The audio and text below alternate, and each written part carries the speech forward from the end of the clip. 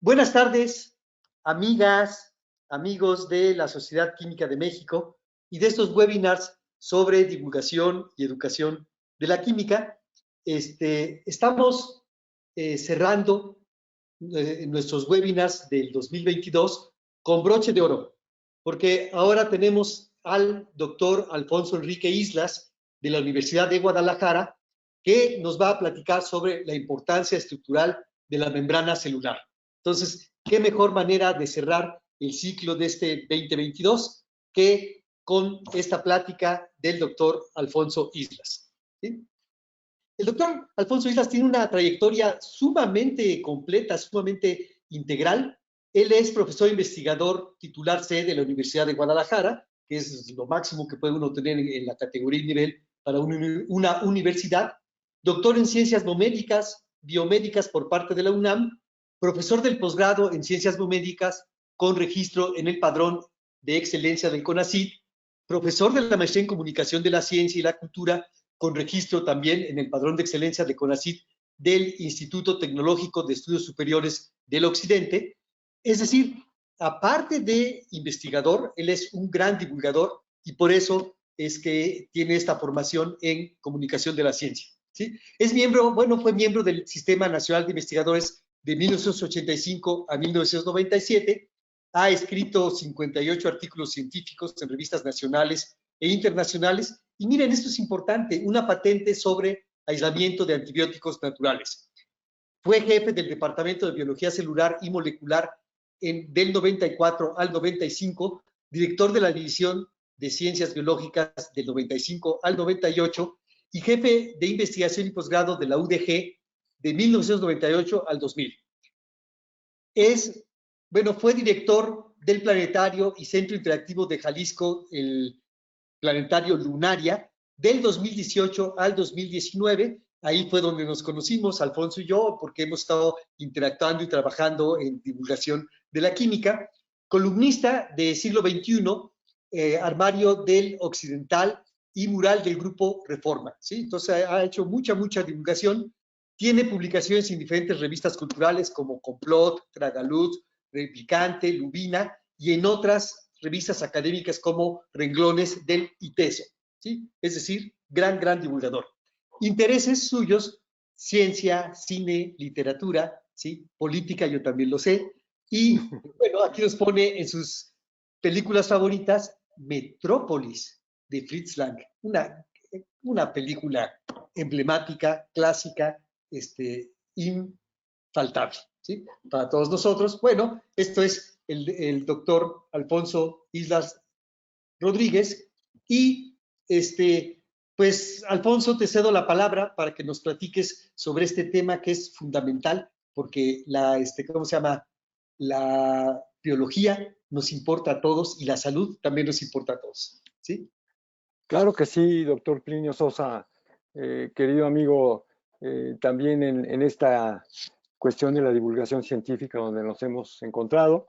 Y pues agradezco mucho desde luego a la Sociedad Química de México la amable invitación a platicarles en esta ocasión. Fíjense, no fue mi área de especialidad, yo más bien me especialicé en inmunología. Sin embargo, la cuestión básica de la bioquímica pues siempre estuvo latente en mi actividad inmunológica y la atención a la estructura de la membrana celular, pues desde luego que también. Entonces es uno de mis partes, organelos celulares muy favoritos por todo esto que reviste, que ahora les quiero compartir. Miren, esta es una imagen que quise proponer como portada de la charla de la importancia estructural de la membrana celular en este seminario de la Sociedad Química de México, en donde se pueden ver de una manera muy mediática, muy atractiva, la bicapa de lípidos que conocemos como parte esencial de la membrana celular y algunas moléculas, ¿no? Que están por ahí, el colesterol, las astaxantinas y desde luego una serie de otras moléculas que juegan un papel que ahora vamos a empezar a platicar.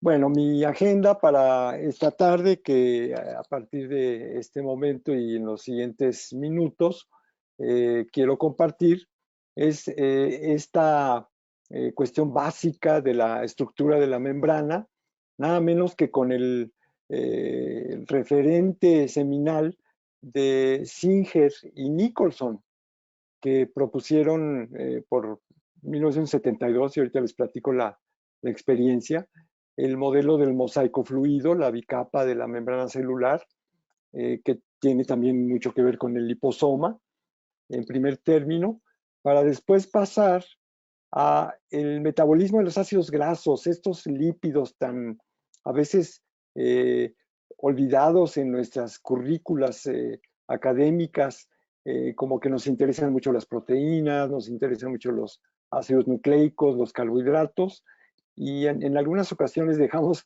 hasta el último a los ácidos grasos, a los lípidos, y no se imaginan lo esenciales que son, y eso es lo que ahora quiero empezarles a comentar.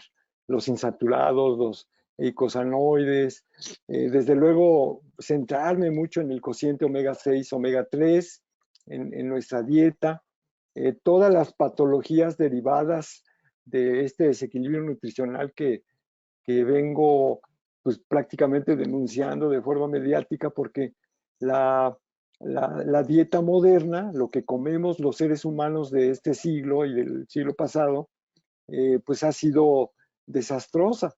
Entonces, hay una cantidad de patologías derivadas de este desequilibrio nutricional que empiezan a ser visualizadas para remediarse a partir de la generación o del conocimiento de los lípidos, ácidos grasos omega 3.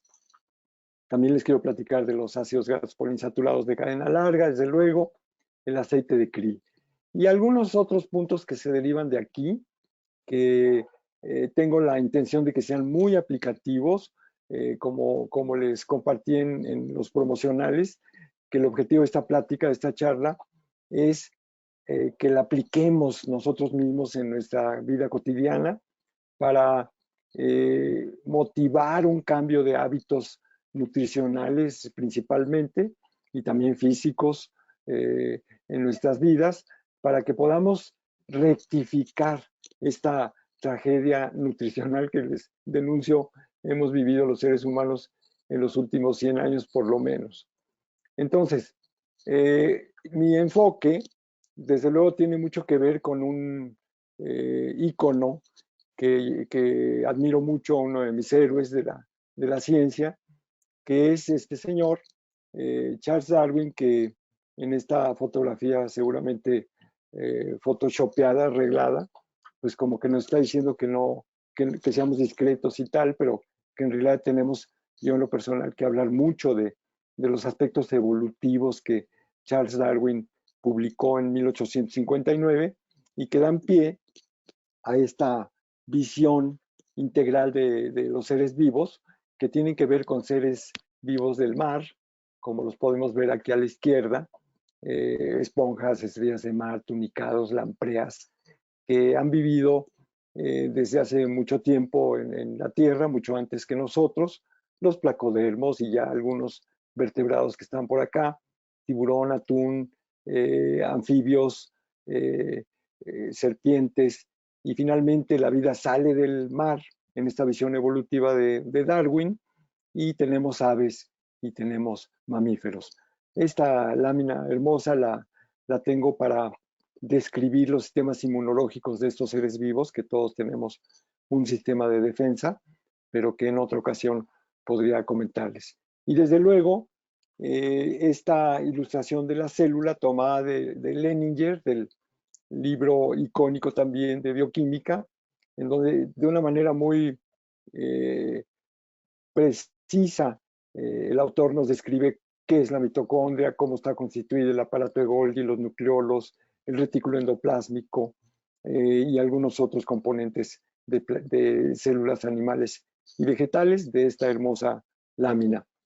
Entonces, Me quiero empezar a referir casi de una manera autobiográfica a la estructura de la membrana celular, y es por lo siguiente. En 1972, un servidor estaba tomando el curso de biología celular. El curso de biología celular lo estaba impartiendo Francisco Bolívar, Paco Bolívar, el doctor Francisco Bolívar. Tuve la suerte de que me diera la clase de biología celular, y me acuerdo perfectamente, aquí lo vamos a ver en el artículo del 18 de febrero de 1972. Bueno, pues el 19 de febrero de 1972, en clase con Paco Bolívar, los alumnos de biología celular, fuimos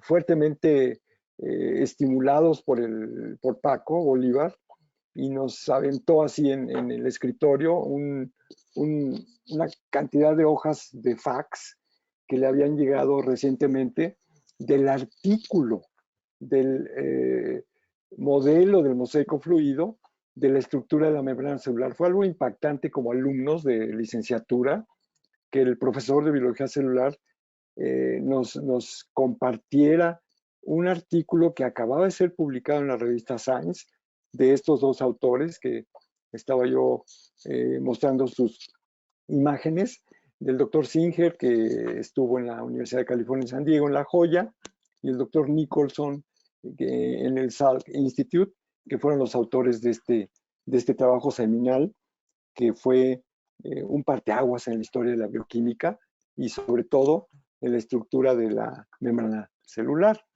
Entonces, esto dio pie, permítame un segundo, a una serie de conceptos de la membrana que tienen que ver con moléculas de ácidos grasos que están orientados de una manera peculiar, cola con cola y las cabezas hacia los extremos, en donde la cabeza del fosfolípido es la parte polar y la parte de en medio es la parte no polar, y esto le permite a la membrana protegerse del medio ambiente de los alrededores.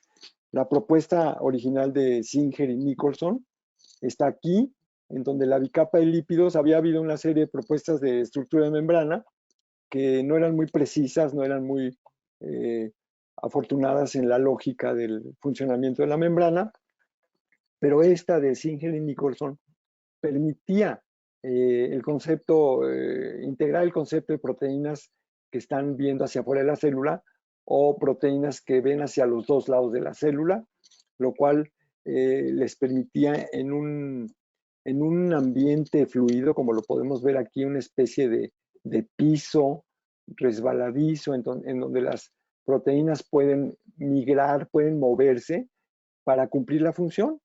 Una de las funciones que quiero comentarles como más obvia es la de los receptores. Es decir, la célula necesita comunicarse con el medio ambiente y necesita recibir señales, necesita recibir nutrientes, y esto lo hace a partir de receptores, que son estas proteínas que pueden ser periféricas o integrales, pero que pueden migrar.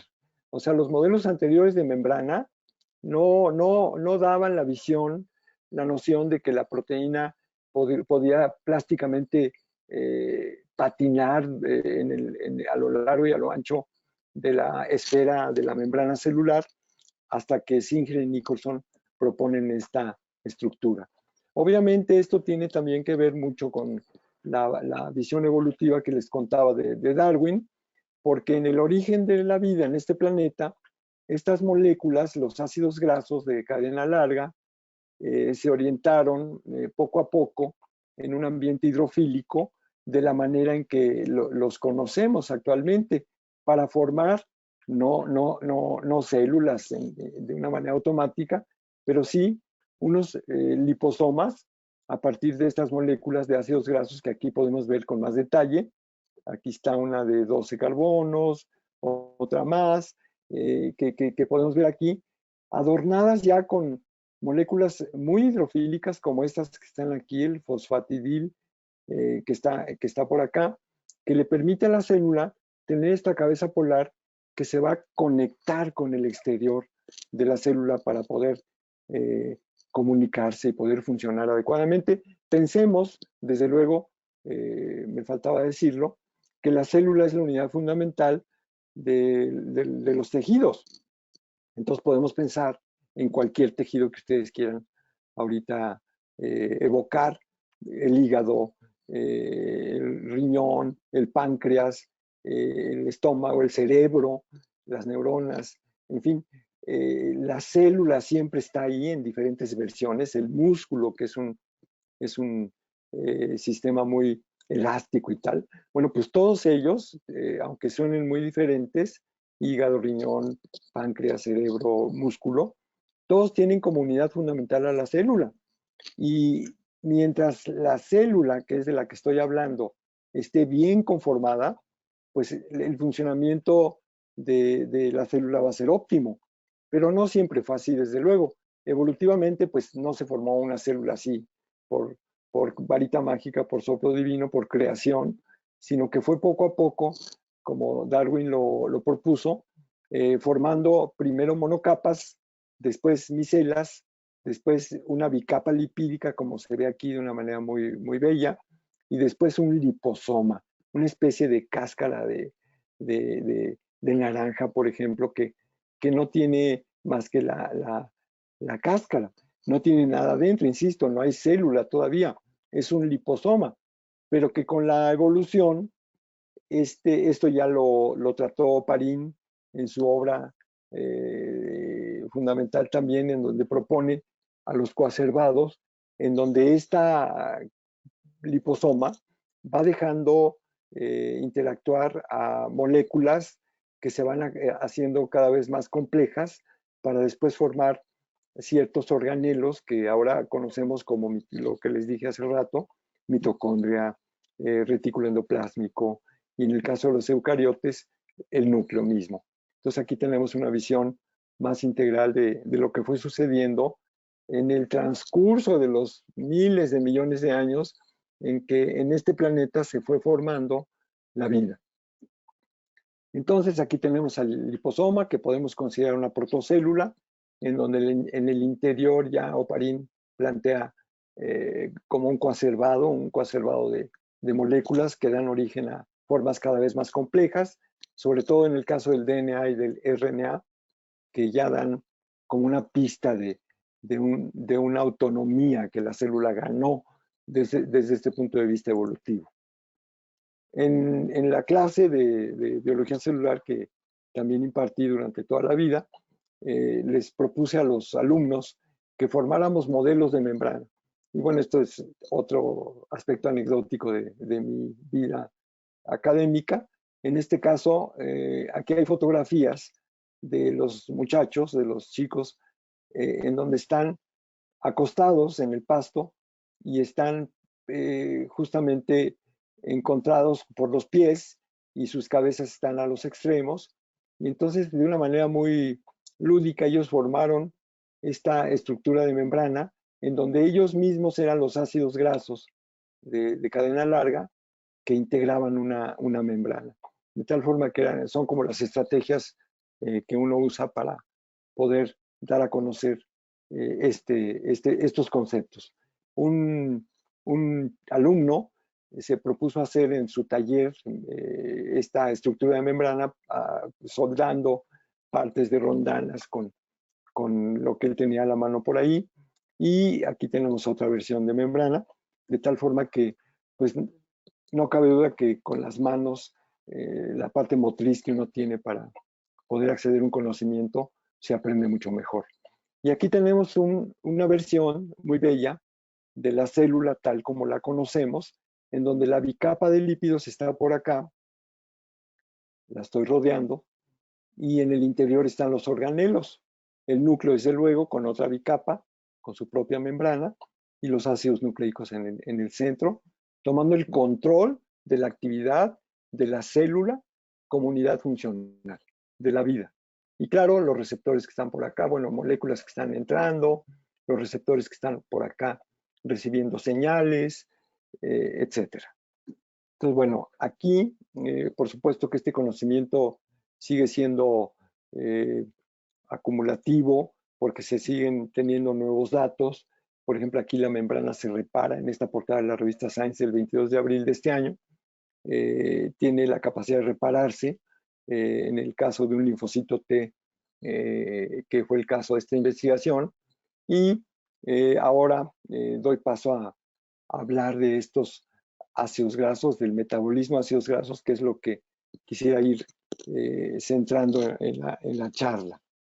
Resulta que comparados con los vegetales, los tejidos de los animales tienen una capacidad limitada para desaturar ácidos grasos.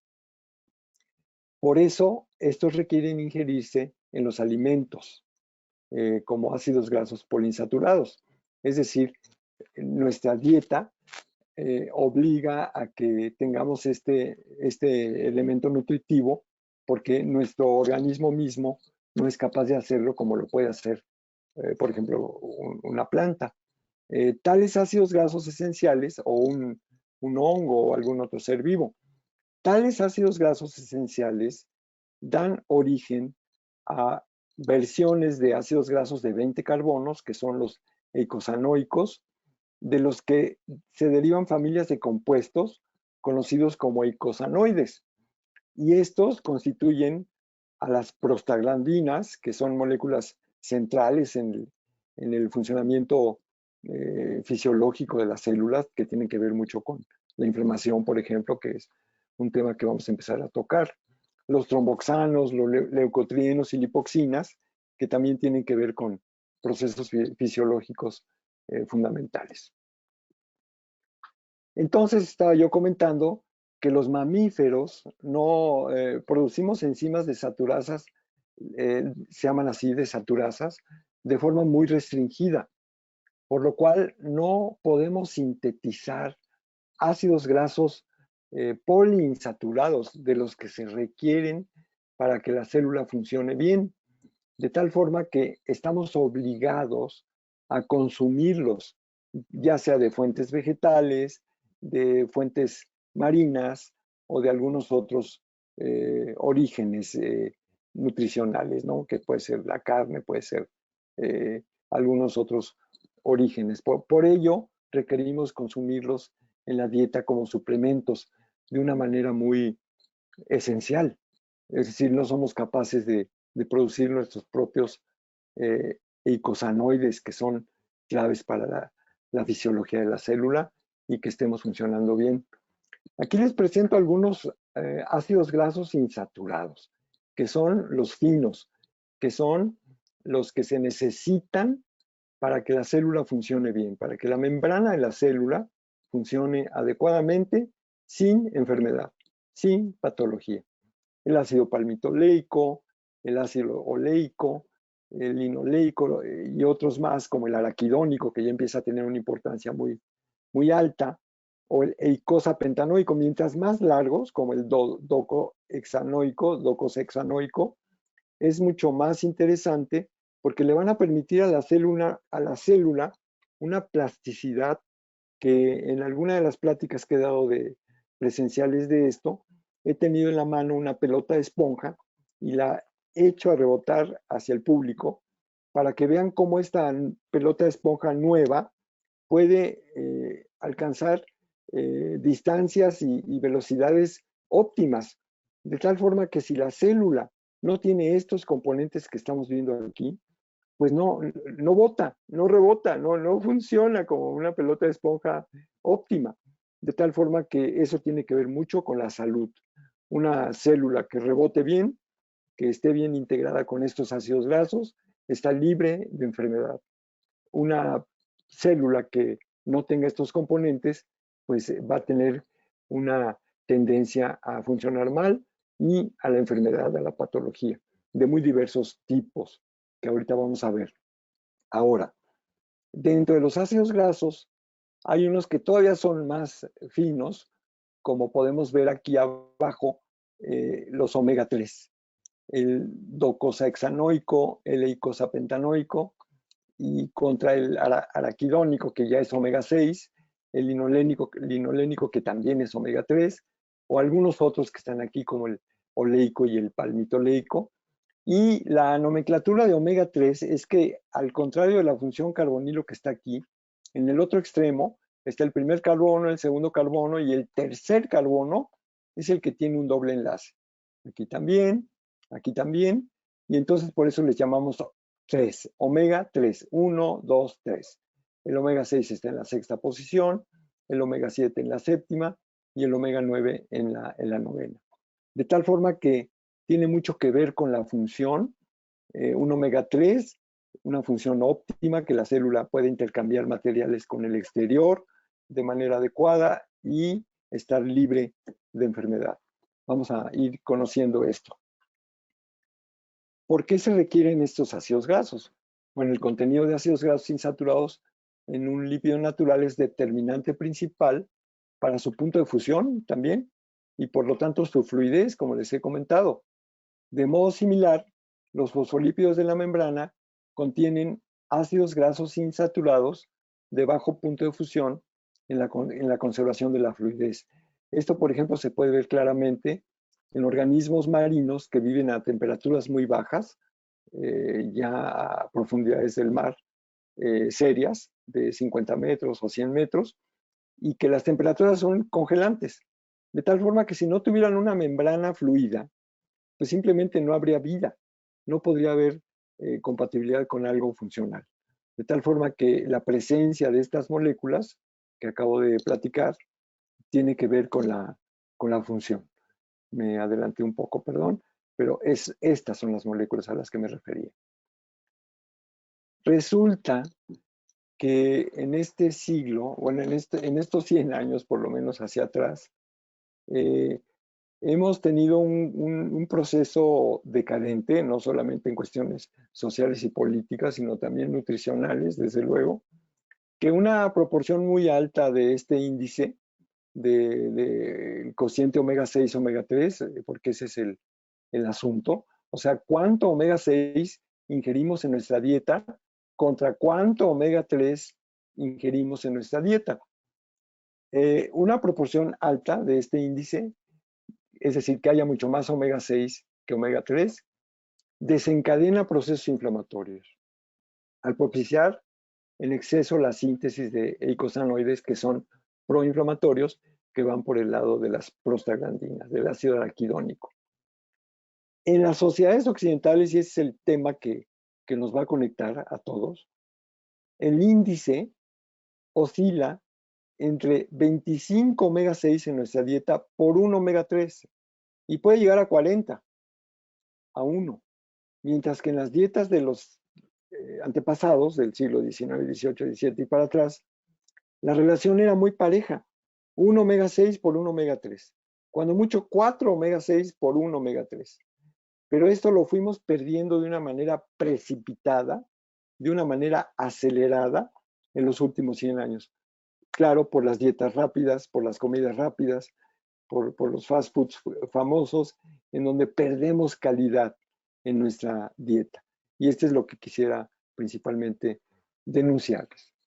De tal forma que la implicación de los omegas en la formación de prostaglandinas y tromboxanos queda muy referida en el control de la agregación plaquetaria, por ejemplo, en la inhibición del efecto de la hormona antidiurética del riñón, en donde estos componentes, si son óptimos, hacen que haya una buena agregación plaquetaria, son como ejemplos, o una buena función antidiurética del riñón, como dos ejemplos. Otras implicaciones de los omegas, de los ácidos grasos, de los lípidos omegas, son que los leucotrienos causan contracción muscular, de tal forma que tienen propiedades quimiotácticas durante reacciones alérgicas y en la inflamación, de tal forma que la relación omega 6 alta y baja de omega 3 propicia reacciones alérgicas y procesos inflamatorios. Los antiinflamatorios no esteroidales, como el ácido acetilsalicílico, actúan mediante la inhibición de la síntesis de prostaglandinas, pero bueno, son aspectos que se derivan, pero básicamente tienen que ver con esta molécula que está acá, que es el ácido araquidónico, que va teniendo transformaciones bioquímicas para formar diferentes compuestos que están enunciados aquí abajo para irnos de una manera más resumida. Las prostaglandinas, F2-alfa, la D2 y los tromboxanos B2. Entonces, el que desencadena todo es este ácido graso, que como ustedes pueden ver es un omega 6, 1, 2, 3, 4, 5, 6, que es el ácido araquidónico, que con enzimas como la ciclooxigenasa y otras más, llegan a formar prostaglandinas que tienen una tendencia a funcionar como proinflamatorios. Déjenme decirles que la inflamación es un proceso bueno en principio, porque permite que las células de la defensa salgan del torrente circulatorio a donde hay una bacteria patógena, a donde hay un virus, para poderlo atrapar y neutralizar y que no nos cause enfermedad. Pero cuando esto se prolonga, cuando la inflamación se prolonga, pues ya no empieza a ser tan bueno que esto suceda.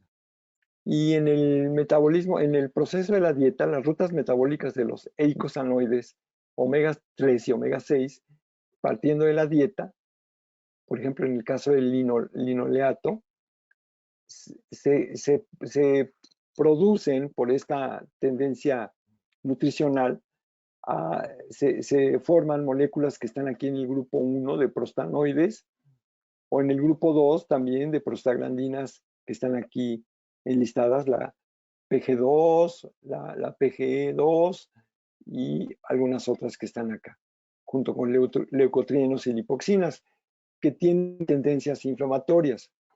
Hay un tercer grupo que tiene que ver con omega 3 y que tiene esa compensación de ser antiinflamatorios.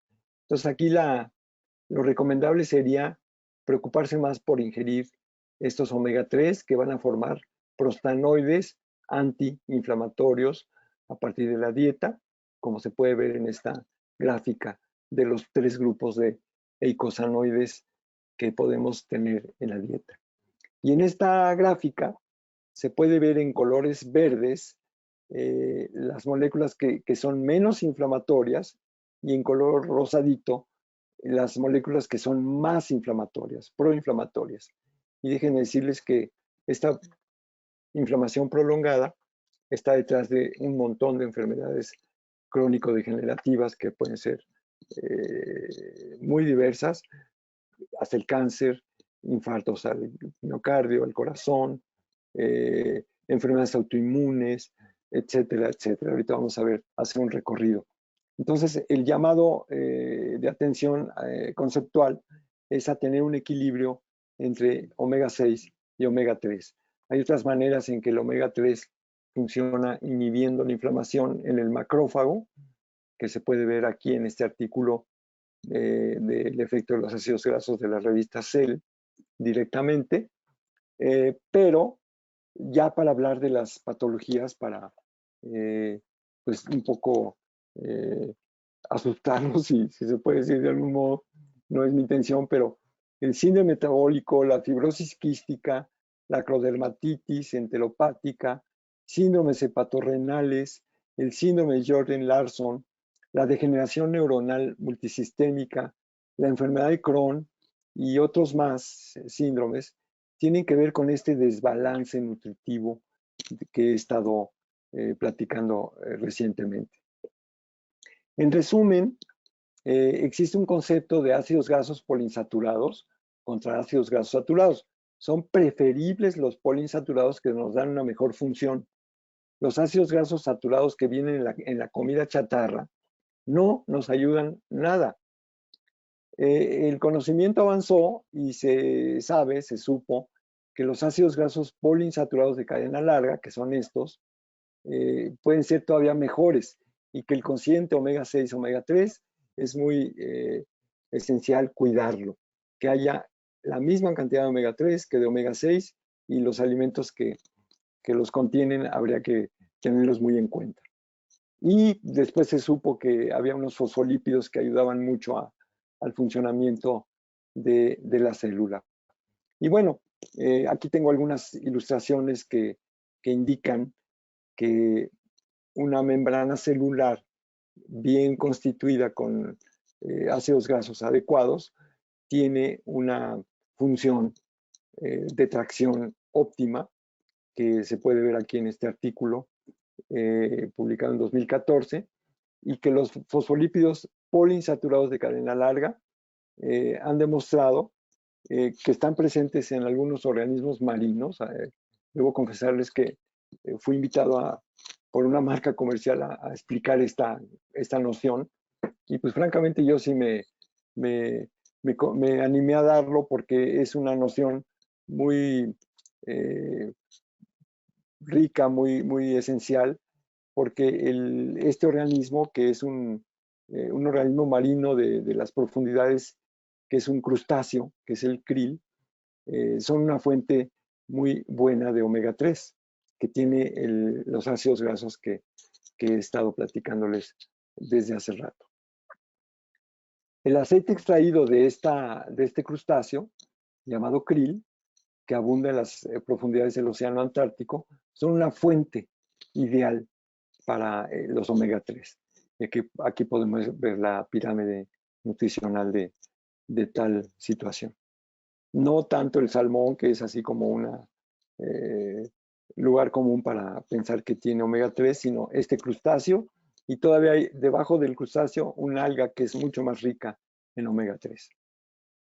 Aquí está un banco de krill en el océano, que sirve para ilustrar esta parte, en donde la célula va a estar muy bien constituida cuando tiene estos componentes de ácidos grasos omega 3, DHA y EPA, que son de cadena larga, con su fosfato y su colina, que le dan un buen funcionamiento a la célula, como podemos ver aquí en esta ilustración, en donde la célula se va a conectar, se va a comunicar muy óptimamente con su medio ambiente, si está bien constituida por estos fosfolípidos, ácidos grasos y antioxidantes, que aquí ya está la noción de moléculas antioxidantes que también son muy interesantes. Podríamos platicar también mucho de ellos, como pueden ser los polifenoles.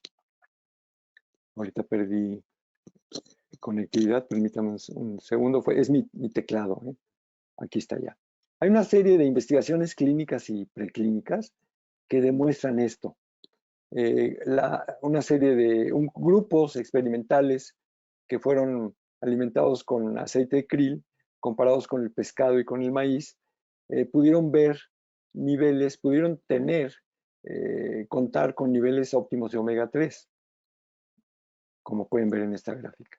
Y así en diferentes experimentos, en trabajos muy controlados, trabajos publicados en revistas científicas, todos ellos, demuestran que la dieta a partir de krill pues es una mucho mejor dieta que la del pescado o que la del maíz. En estos trabajos se puede ver claramente. Y así, en una serie de trabajos, en este caso 265 individuos con niveles de triglicéridos séricos que eran altos, fueron controlados cuando se sometieron a dietas de omega 3 junto con sus ácidos grasos que son deleterios para su función fisiológica. Así hay más trabajos. Finalmente, estos trabajos se asocian mucho al control de la dislipidemia cardiovascular, al control de la obesidad, al control de la artritis, en la inflamación. En atletas les mejora el rendimiento cuando tienen dietas asociadas a omega 3, a krill, y en síndromes premenstruales y en otros casos han demostrado ser muy útiles. Aquí hay otros experimentos que con las referencias que están aquí al lado derecho demuestran estos beneficios en modelos experimentales. Aquí hay unos más. Y bueno, las referencias que están a su disposición, desde luego, yo las dejaría. Y estos minutos a continuación, que todavía tengo, que cuento también con ellos, me van a dar pie para platicarles de una noción muy atractiva, que es mucho más aplicativa que todo lo que he platicado y que conocí en un webinar de la revista Science, en otro webinar como este, en donde los autores, en este caso Charles Serhan y Makoto Arita, de la Universidad de Keio y de Harvard, respectivamente, nos platicaron en esa ocasión, que fue el 6 de mayo del 2020. Y resulta que estos autores me cayeron así como ni mandados a hacer, porque ilustran lo que les acabo de decir. Yo todavía no conocí estos trabajos de la manera perfecta. Es decir, la dieta omega 6, que está aquí del lado derecho, como podemos ver aquí en esta ilustración de hamburguesas, papas y demás, pesa o hace pesar la presencia, hace evidenciar la presencia omega 6 y debilita la presencia omega 3. Y este desbalance pues nos lleva claramente, de acuerdo a sus autores, a enfermedades inflamatorias, a enfermedad cardíaca, a aterosclerosis y síndromes metabólicos indeseables. Sin embargo, estos autores investigaron una noción muy, digamos, básica de los ácidos grasos por medio de la cromatografía líquida y de la espectrometría de masas, sometiendo al análisis de los componentes de los ácidos grasos que hemos estado comentando a descifrar en qué se pueden convertir. Y entonces tenemos metabolitos del EPA, el eicosanoico, y del DHA, que es el hexanoico, que es el de 22 carbonos, y el de 20 carbonos. Y hay una cantidad de moléculas que ellos encontraron por espectrometría de masas, perdón, que nos dieron a conocer en este trabajo. Por ejemplo, la cascada omega 3 que se genera a partir del EPA, que es uno de los ácidos grasos que platicamos hace un momento. Aquí está. Y la cascada que se obtiene obteniendo derivados HEP, GP, pero que algunos de esos derivados ya empiezan a denominar como resolvinas, por una razón. Estas moléculas que están aquí claramente indicadas ya tienen que ver con una función muy fina que resuelve los procesos inflamatorios de los que hemos estado hablando de una manera muy directa. Y esto es el anuncio, por ejemplo, en el caso de enfermedades metabólicas, de tumores asociados al cáncer, alergias, inflamación y algunos otros casos, como un desarrollo que puede llegar hasta ser farmacéutico, para, en el caso de los, anunciarlos como nuevos antiinflamatorios, analgésicos y antiinflamatorios. Entonces, la nomenclatura de estas moléculas es SPM, que es mediadores lipídicos que resuelven procesos inflamatorios. En inglés, Pro-Resolving Lipid Mediators, pero que resuelven la inflamación. Mediadores lipídicos que resuelven la inflamación. Y déjenme decirles que desde un punto de vista filosófico, si uno está alejado del escándalo y de la inflamación, en este caso celular, uno está mejor y más sano. Pero en la vida social también. Si uno está alejado de los escándalos y de las riñas y las peleas, uno está más sano. La sociedad siempre estará mejor, lejos de la guerra, lejos de los conflictos. Y esto se parece a la fisiología celular, sin duda. Entonces, la inflamación asociada a la enfermedad es un hecho. Los nuevos villanos se llaman los proinflamatorios de las dietas modernas, esas dietas de las comidas rápidas, de las comidas chatarra, que pueden dar origen a la obesidad, a la diabetes, a la depresión, a la enfermedad vascular, a la artritis, a la enfermedad de Bowel, enfermedades autoinmunes y otras más como el Alzheimer y el asma. De tal forma que este es lo que se reveló en este webinar a partir de una serie de trabajos científicos muy serios que iban a corregir este problema de la hiperinflamación.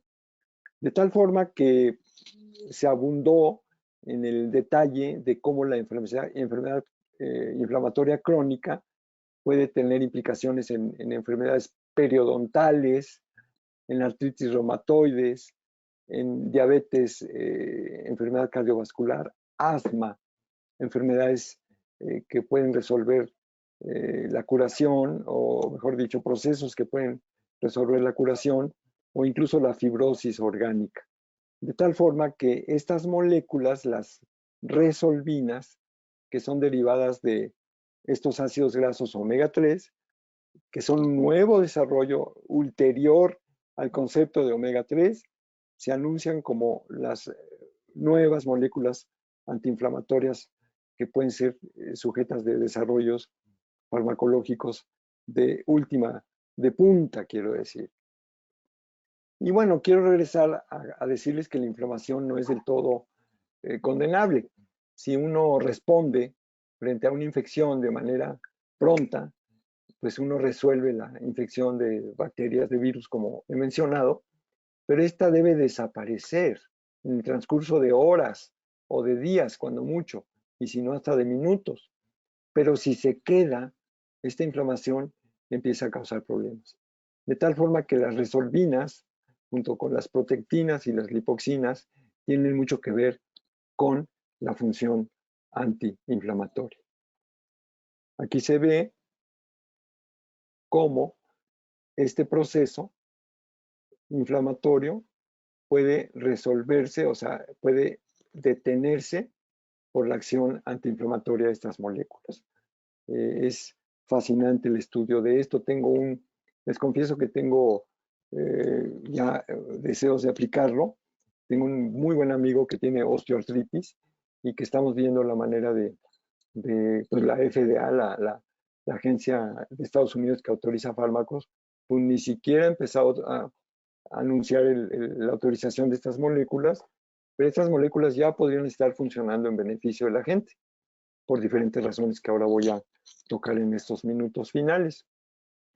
Pero se ha hecho un mapa en este trabajo de Notin y Barden, publicado en 2016, de los resolvinas, de estas moléculas que resuelven, mediadores que resuelven la inflamación en el cerebro, en el fluido cerebroespinal, en los ganglios linfáticos, en los tejidos adiposos, en la placenta, en el fluido sinovial y algunos otros líquidos, plasma, suero, en la leche humana, en el vaso, en la orina, y que ahí, en estos compartimientos, en estos lugares que les he platicado, hay concentraciones, y no altas, muy discretas, de estas moléculas resolvinas derivadas de omega 3, que van por el orden de los picogramos en muchos casos.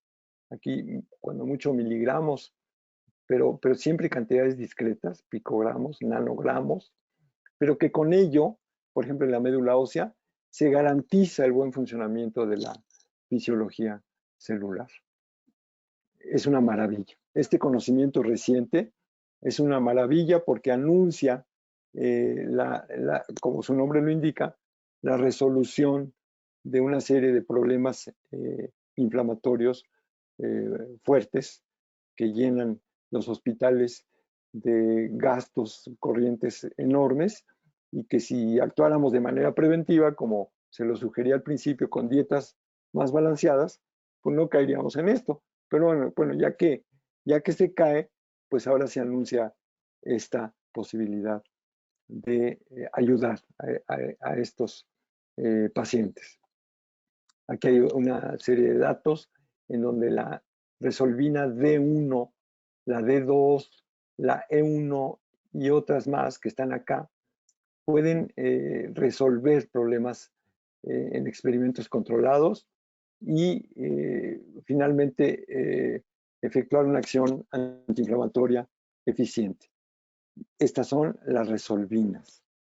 De tal forma que en este trabajo ya muy reciente, una cosa aún más fascinante, en mi opinión, fue el hallazgo, la ciencia por eso es inacabable en su maravilla. En este trabajo fue identificada la relación que hay de estas moléculas con los genes que encienden la inflamación. En este caso, la resolvina D1, cómo se pega a los diferentes genes que encienden la inflamación y la apagan. Los resultados de este trabajo, publicado en esta revista científica Bioengineered, muestran que la resolvina D1 derivada del DHA, del omega 3 DHA, se une a genes que están aquí enunciados, que bueno, no tienen ni caso que se los diga, pero son genes que tienen que ver con la inflamación, y inhiben la producción de sustancias inflamatorias como la IL-1, la interleucina 1, de tal forma que estos hallazgos indican que esta molécula derivada de omega 3 puede inhibir el desarrollo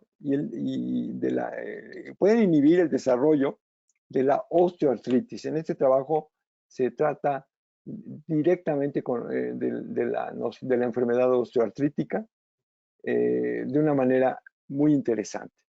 Y aún más, estas moléculas RBD1 que está aquí también inhibe la apoptosis del cartílago, de tal forma que, como sabemos, en las enfermedades artríticas, y en este caso la osteoartritis, se va perdiendo el cartílago de las articulaciones, porque va muriendo por la enfermedad autoinmune inflamatoria terrible. Bueno, pues esta resolvina, derivada de omega 3, inhibe esta apoptosis y el cartílago se conserva. Esta noción es así como fundamental. En esta siguiente gráfica, ya nada más para regocijo en principio de un servidor y espero que de ustedes, se ve cómo la resolvina que está aquí en medio tiene que ver con genes que están en color naranja, inflamatorios. Todos estos genes que están aquí son inflamatorios. Pero se ve cómo la resolvina de una manera mucho más eficaz inhibe a estos genes comparados con el paracetamol o con la indometacina o con el diclofenaco o con la aspirina, que están en este nivel de amarillo, en el amarillo que está aquí, mucho menos, con un nivel de mucho menor eficiencia. La resolvina es mucho más efectiva para inhibir a los genes de la inflamación. Aquí curiosamente se puede ver al mentol y se puede ver a algunas otras sustancias que están todavía en un área más lejana de la eficiencia. Pero la resolvina es el último avance más prometedor en el campo de los antiinflamatorios. Mis amigos reumatólogos deberían estar ya pensando en apurar a la FDA o a COFEPRIS o a quien deba ser para autorizar estas moléculas. Es fundamental que esto suceda. ¿Por qué? Porque ya hay estudios controlados clínicos muy evidentes. La conclusión de este trabajo muy reciente es que los genes asociados con señales inflamatorias son inhibidos claramente. Resulta que la resolvina D1 puede suprimir el desarrollo de la osteoartritis por esta vía del NF-kappa beta, P53, etc. Y estos hallazgos indican que la resolvina puede servir como un agente terapéutico para la osteoartritis. De tal forma que vamos a echarle ojo al trabajo. Este trabajo lo acabo de encontrar recientemente, fue una fortuna para poderlo compartir con ustedes ahora. Da esta noción. Y hay otros, hay otros trabajos también recientes muy interesantes como este otro, que también es de este año, que ya no le di la amplificación adecuada, pero estas moléculas resolvinas, protectinas y maresinas derivadas de los omega 3 se anuncian sus rutas metabólicas y su papel en la inflamación. De tal forma que, pues miren, estoy terminando SAFE en Home, me estoy barriendo en home a la hora señalada, para más bien ponerme a su disposición con comentarios, con dudas, con preguntas de este tema tan fascinante que partió de una noción de la estructura, de la importancia estructural de la membrana, pero que después progresa al descubrimiento de moléculas que son parte del funcionamiento de la membrana, que son fuente de esta bicapa lipídica y que tiene que ver con procesos patológicos, inflamatorios preferentemente, que les acabo de comentar. Creo que esta es mi última lámina y pues le pido a Adriana y al doctor Plinio si podemos compartir comentarios. Claro que sí. Alfonso, muchas gracias por esta plática tan interesante. Qué compleja es la vida, ¿no? Qué complejo es todo este asunto de la biología. Porque Tú lo tienes, perdón, Plinio, que revisitar este tema en alguno de tus crisoles para darle una digestión conceptual que seguramente es necesaria porque es un conocimiento complejo. sí, muy complejo. Y nos quedamos cortos, ¿no? La Claro, química se queda corta frente a la claro. biología porque nos vamos de una en una y hacemos una reaccioncita y nos salen un montonal de subproductos que no sirven, y acá todo se usa, todo entra en algún otro proceso, son varios ciclos. Bueno, sensacional, ¿no? Oye, y los lípidos tan patito feo que son, ¿no? En las currículas nadie de les las hace caso. carreras, ¿no? Ajá, sí, exactamente. Y la otra cosa interesante es la posición de la doble ligadura, ¿no? No es lo Claro, mismo en el carbono 3 que en el carbono 6, ¿no? El carbono 3, claro. bueno, es a favor, y en el carbono 6 es en contra, ¿no? De los procesos antiinflamatorios, ¿no? Entonces está Como si, sensacional. como si la célula fuera una doctora en química muy especializada y distinguiera perfectamente, y sí lo hace, desde luego. Increíblemente. Y también es curioso que todo esto ocurre simplemente con el paso de los años, ¿no? A través de este proceso también maravilloso, que es la evolución, ¿no? Como poco a poco, a base de ensayo y de error, de selección natural, de mutaciones en los genes, ¡bum! Se va armando. Y después de mucho tiempo hay estas cosas increíbles como somos nosotros, los Homo sapiens y los mamíferos, los vegetales, etcétera, ¿no? Es una cosa maravillosa. ¿Y cómo nos podemos echar a perder nosotros mismos si no tenemos hábitos Claro, adecuados? claro. Y bueno, ya nada más este asunto de que saturados, pues se refiere a saturados de hidrógeno, porque Claro. los triples enlaces todavía pueden incorporar un par de hidrógenos para formar y pasarse de alquinos a alquenos. Y lo mismo, los alquenos pueden incorporar hidrógenos para formar los alcanos. Y ahí sí ya no hay más, ahí ya están saturados de hidrógeno, ya no pueden incorporar más. Muy bien. Efectivamente. Bueno, sí, ya hay preguntas, Muy Alfonso, bien. te las voy leyendo. Claro, ¿Cuál es el cociente ideal omega 6, omega 3 para los seres humanos y cómo lograr este equilibrio? claro. Bueno, pues el ideal es 1 a 1. Es decir, porque también requerimos del proceso inflamatorio. Entonces, Claro. si omega 6 promueve inflamación, bienvenida, pero que sea una inflamación muy temporal, muy controlada y que no se quede de manera crónica. Entonces, para ello, el omega 3 compensa y en mi opinión, de acuerdo a la literatura, la relación ideal es 1 a 1, cuando mucho 4 o 6 por un 3, pero esto se puede lograr sin duda con un estilo de vida, con un Claro. estilo de vida que tiene que ver con lo que comemos. Andy Warhol decía claramente, somos lo que comemos. Entonces, Claro. es cultural y realmente somos lo que comemos. Entonces, hay que cuidar estos hábitos. El Y ejercicio, Plinio, el ejercicio también es recomendable. el ejercicio es muy importante, claro que sí, por supuesto. Aquí hay una siguiente pregunta que es continuación de la anterior o complemento de la anterior, porque dicen, ¿y qué pasa al revés? Si ahora tenemos más omega 3 que omega 6, ¿no? O sea, si la proporción de omega 3 respecto a omega Claro, 6 es mayor. claro. Sí, claro. Hay un riesgo de tener una poca respuesta inmune, poca respuesta inflamatoria, quiero decir, más que inmune, que sí nos haría presas de infecciones, Claro. desde luego. Entonces, claro, no, yo creo que el balance, ¿no? O sea, que tengamos un buen acervo de omega 3, pero también de omega 6. Claro. Y el riesgo es ese, una infección, un proceso de este tipo, ¿no? Aquí hay una pregunta más concreta sobre cuál sería la recomendación de la dosis de omega 3 de aceite de krill. Claro. Bueno, fíjense que les cuento la anécdota. El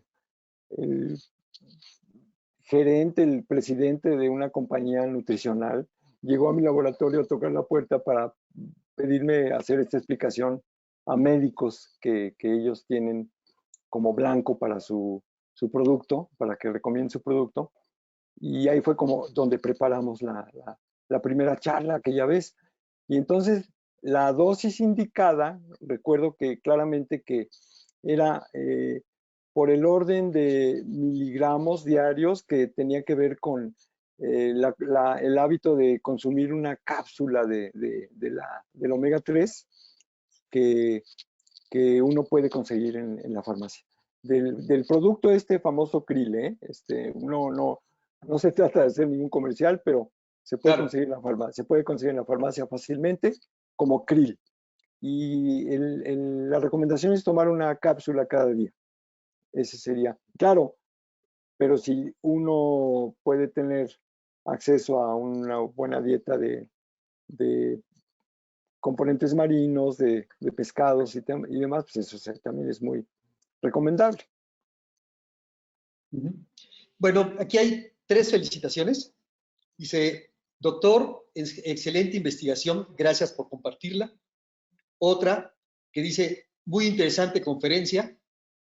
Y una tercera que dice, gracias Sociedad Química de México por traer ponentes como el doctor Islas. ¿No? Pues claro que sí. Hombre, Es un pues gusto para nosotros.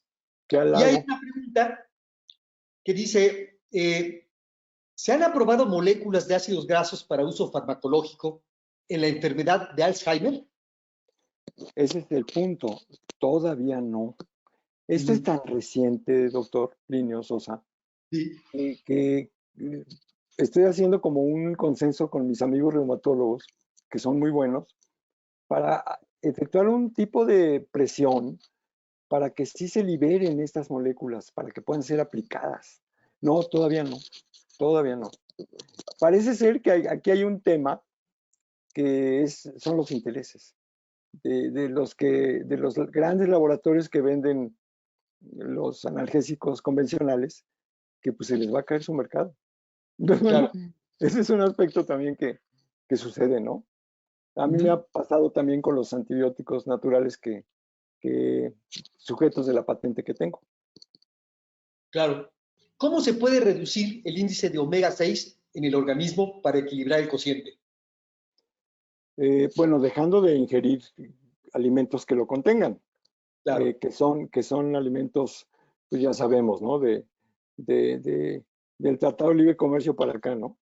Que tengo una tesis de un alumno que identificó la cantidad de este tipo de compuestos a partir de los 90, cuando se hizo la firma del primer Tratado de Libre Comercio, hasta nuestros días, y la obesidad cómo creció de una manera logarítmica en este tiempo debido al advenimiento de todas las tiendas, de todas las comidas rápidas que invadieron nuestro mercado, ¿no? Entonces, bueno, ¿cómo se puede bajar? Pues no consumiendo esos alimentos, ¿no? Bueno, esos que no son alimentos. Claro. Y nos preguntan, ¿cómo podemos saber si nuestro cociente omega 6, omega 3 está desequilibrado?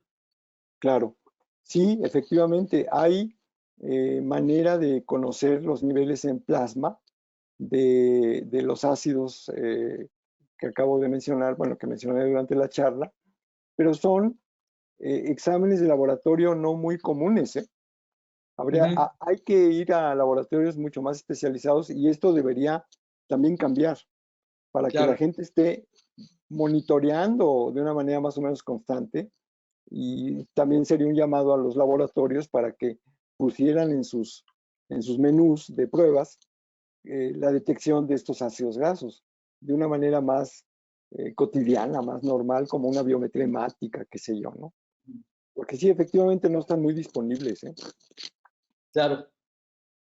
Dice, a ver si yo no le entiendo mucho a la pregunta, pero a ver si tú le entiendes.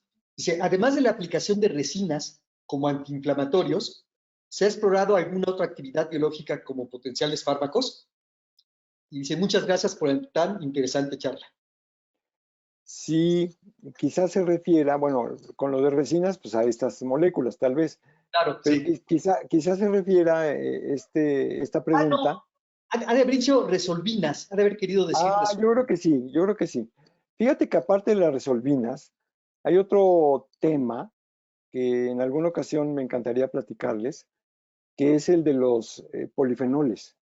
sí, Los polifenoles, que también son moléculas muy sencillas, muy cotidianas, que están, por ejemplo, en el propóleo de las abejas, o que están en las cáscaras de las frutas, que tiramos, por cierto, ¿no? Estas cáscaras de todo sí, tipo de alimentos los tiramos. Y resulta ser que estos eh, elementos orgánicos contienen polifenoles que tienen propiedades también antiinflamatorias y también correctivas del metabolismo. Entonces, este tema tiene que ver con la ATPasa, que los polifenoles son como que los que lubrican a esta enzima que produce ATP. Entonces, bueno, ya en otra ocasión armamos otro seminario para hablar de los polifenoles. claro que sí, con gusto. Pues muy bien, Alfonso, todavía hay una última que es una felicitación. Dice, muchas gracias por esta interesante charla. Ha sido muy edificante. ¿Sí? Pues qué Y bueno, claro qué que bueno. sí. Yo no quería dejar pasar mi agradecimiento a la Sociedad Química, doctor Plinio Sosa, porque pues, se me agolparon los recuerdos de estos años. Tuve Ajá, una maestra, quisiera dedicarle unas palabras a una maestra sí. de química orgánica que se llamaba María de Jesús Cerecer, no sé si Sí, tú cómo no. la ubicas, que Sí, fue mi maestra también. fue fantástica, o sea, a mí me motivó muchísimo, ¿no? Así como el propio doctor Francisco Giral que te he comentado, Lena Ruiz, había un profesor Wenceslao Reces, no sé si oíste hablar de él, Sí, sí, oí o, hablar de eso. o el campeón Hernández de Ujú, análisis, ¿te acuerdas? también, sí, cómo no. El campeón. Un profesor Guillermo Barraza que también me dio clase en los primeros semestres, y bueno, pues a todos ellos dedico un recuerdo cariñoso. Claro que sí, sí, sí, sí, bueno, la doctora Elena Ruiz todavía, bueno, ella ha participado y sigue participando mucho aquí en Claro, la Escuela Química de México, y yo diría que es, a pesar de todo lo que ha hecho, de toda su, trayectoria, es una doctora joven, claro, que claro, uno no lo creería por tanto que ha hecho, pero por realmente es supuesto. una doctora joven, ¿sí? Como nosotros, Plinio. Como nosotros. Oye, y un agradecimiento al público que se siente, hay una sensación muy especial al no verlos, Claro, pero que sé que están ahí y bueno, les agradezco mucho su participación, su presencia. claro. Sí, aquí el público de estos webinars es un público muy, muy cálido, muy entrañable, que siempre está aquí con nosotros, siempre nos sigue y le gusta participar, preguntar, etcétera, etcétera, ¿no? ¿Cómo no? Claro que sí, Muy ya lo bien. veo. Bueno, pues creo que entonces ahora lo que seguiría, Alfonso, es pues darte las gracias y darte un reconocimiento. Entonces, lo voy a leer. Dice, la Sociedad Química de México otorga el presente reconocimiento al doctor Alfonso Enrique Islas Rodríguez por haber impartido la conferencia en línea La importancia estructural de la membrana celular. Es hoy, 30 de noviembre del 2022, y quien lo firma es doctor Gabriel Cuevas González Bravo, que es justamente el presidente nacional de nuestra Sociedad Química de México, ¿sí? Como siempre, hago la aclaración de que a pesar de que la plática es virtual, ¿no? Y bueno, el reconocimiento no es nada más virtual porque te lo vamos a hacer llegar por correo electrónico para que lo tengas en tus manos, ¿no? También, ¿no? En tu computadora y en tus manos, ¿ok? Claro. Y, y no sé si quieres... Evoco el correo corriente normal, ¿eh? Sería también claro, fantástico. también. Pero bueno, no, estoy haciendo una broma, no. Está Sí. perfecto, está perfecto por correo. Gracias. Muy bien. Gracias. Bueno, Alfonso, no sé si nos quieras dar así unas últimas palabras, un parrafito nada más de Bueno, conclusión de esta plática. claro, desde luego, agradezco mucho esta oportunidad de la Sociedad Química de México, de la cual me siento parte, ¿no? De profesional, ¿no? Aunque no Claro, tenga aunque no tenga mi credencial, porque bueno, vengo de esta cuna de la química, de la Facultad de Química de la Universidad Nacional, y pues también subrayo el papel divulgativo que tiene la propia sociedad para invitar a la gente a que conozca los trabajos que pueden ser aparentemente especializados o de otro nivel, pero que en esta visión de la divulgación horizontal, pues hay que compartirla, ¿no? Hay que claro, compartirla de una manera lo más clara posible. claro que sí. Eso ya. Pues muchas gracias, Alfonso, pero muchas gracias de Perfecto. veras, a todo dar, muy bonita plática. Muchas Y, gracias. pues bueno, básicamente sería todo. Muchísimas gracias por su asistencia, muchísimas gracias por su atención, por su presencia. Y bueno, estamos terminando hoy los webinars de este año, del 2022, pero eso no quiere decir que para el 2023 vamos a continuar, ¿sí? Y vamos a seguir con estos webinars sobre divulgación, en particular de la química, pero en general de la ciencia y de todo aquello que esté relacionado con nuestra bonita profesión, nuestra bonita disciplina, que es la química, ¿ok?